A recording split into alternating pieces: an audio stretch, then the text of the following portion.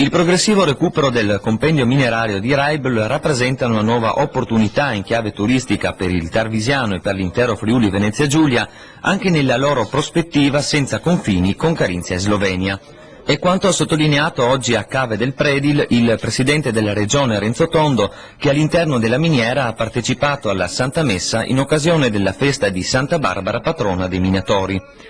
Il Presidente, assieme al commissario per il comprensorio minerario Luciano Baraldo ed il sindaco di Tarvisio Renato Carlantoni, ha ricordato l'attuale difficile momento economico e dunque la necessità di affrontare i problemi con capacità e responsabilità. Il Friuli Venezia Giulia non può permettersi oggi, ha continuato Tondo, di lasciar perdere alcuna opportunità di crescita e di sviluppo e quindi deve continuare a percorrere il cammino dell'innovazione e della ricerca e a incrementare le sue potenzialità in campo turistico, come insegna il modello del Parco Internazionale Geominerario di Raibel, che ad oggi ha già visto la presenza di oltre 8.000 visitatori, con una proiezione di oltre 15.000 accessi nel 2010. Lo stesso commissario Baraldo ed il sindaco Carlantoni hanno quindi rilevato come il futuro di Cave, la rinascita del suo territorio, possano dipendere molto da questa nuova prospettiva turistica, in parallelo a nuove attività sportive, alla valorizzazione delle peculiarità ambientali e a nuovi percorsi dedicati alla salute dalla fisioterapia.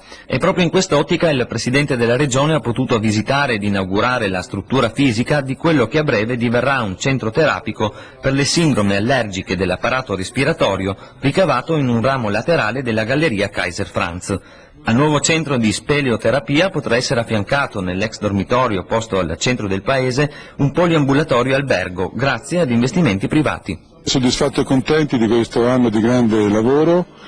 Abbiamo aperto il parco con 8.000 visitatori, il parco geominerario, adesso abbiamo concluso anche la messa in sicurezza della parte più bassa della miniera, abbiamo sistemato i bacini della bonifica dei fanghi e quant'altro, avvieremo anche la bonifica della laveria, il Pozzo Clara sarà aperto alle visite, quindi il Pozzo Clara, il famoso opificio dove c'era tutta l'attività mineraria, dove c'è il Pozzo Clara con l'ascensore, la galleria di Bretto, Tremini, famosi, il cervello diciamo pulsante della miniera. Sarà aperta anche questa alle visite del parco e quindi una grande spinta anche per lo sviluppo turistico di Cave del Predil, il cui avvenire si sta segnando giorno dopo giorno.